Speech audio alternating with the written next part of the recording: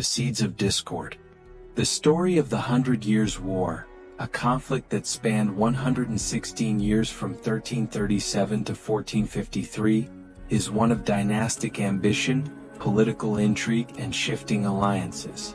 Contrary to its name, it was not a single continuous war but rather a series of intermittent conflicts punctuated by periods of uneasy peace. To truly understand this epical struggle, we must delve into the roots of the conflict, tracing the tangled web of claims and rivalries that bound two of medieval Europe's most powerful kingdoms, England and France.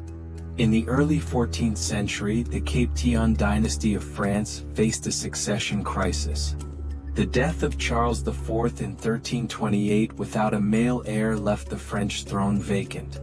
The closest male relative was Edward III of England, the son of Isabella of France, Charles IV's sister. However, the French nobility, adhering to the Salic law, which prohibited female succession, favored Philip of Valois, a cousin of the late king. Thus, Philip VI ascended the throne, a decision that Edward III would contest vehemently, setting the stage for a century of conflict. The spark ignites, 1337 to 1360. The war began in 1337, sparked by Edward III's claim to the French crown and exacerbated by disputes over the Duchy of Aquitaine. Edward's declaration of himself as the rightful king of France was as much a political move as a military one, designed to rally support and assert dominance. The initial years saw sporadic skirmishes, but the conflict escalated with two pivotal battles, Crécy 1346 and Poitiers 1356. At Crécy, Edward's forces, utilizing longbowmen and innovative tactics, decimated the French army. This victory was followed by the capture of Calais, establishing a crucial foothold on French soil. A decade later at Poitiers, Edward's son, the Black Prince, captured King John II of France, plunging the French monarchy into crisis. These victories, however, were not decisive, as the French resistance remained resilient. The Treaty of Bretigny in 1360 marked a temporary halt to hostilities. Edward renounced his claim to the French throne in exchange for an expanded Aquitaine, but this uneasy peace was short-lived. The war resumes, 1369 to 1389. By 1369, tensions reignited.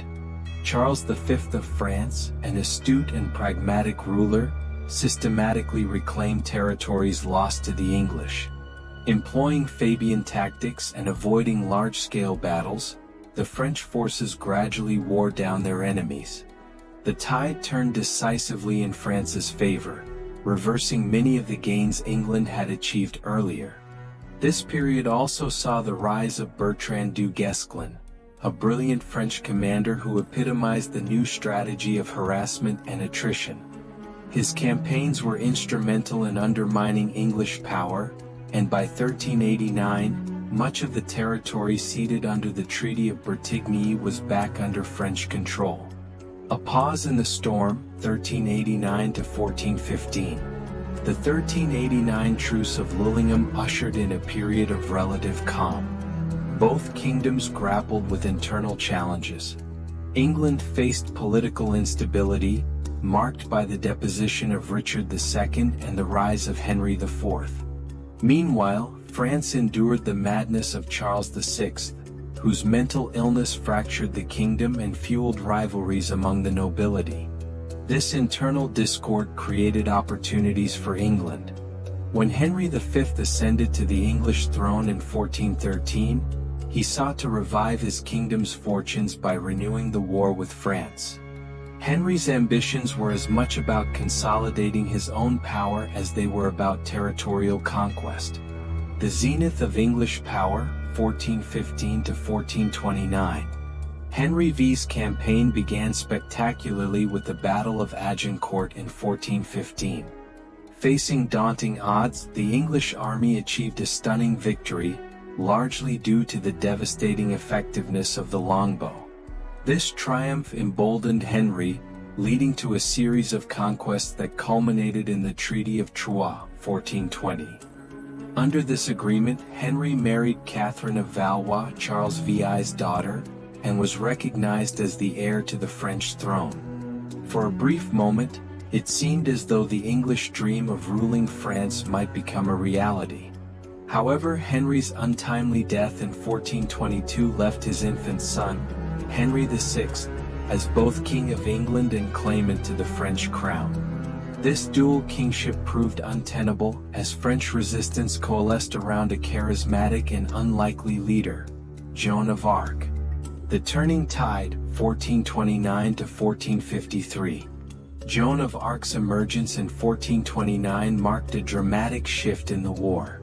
Claiming divine guidance, she inspired French forces to lift the siege of Orleans and achieve a series of victories. Her capture and execution in 1431 by English allies did not diminish her impact. Rather, she became a martyr and a rallying symbol for French unity. Under Charles VII, the French monarchy regained its footing. Implementing military and administrative reforms, Charles turned the tide of the war. By 1453, the English had been driven from all their continental possessions except Calais. The Battle of Castillon that year effectively ended the conflict, signaling the decline of English ambitions in France. The transformative impact of war.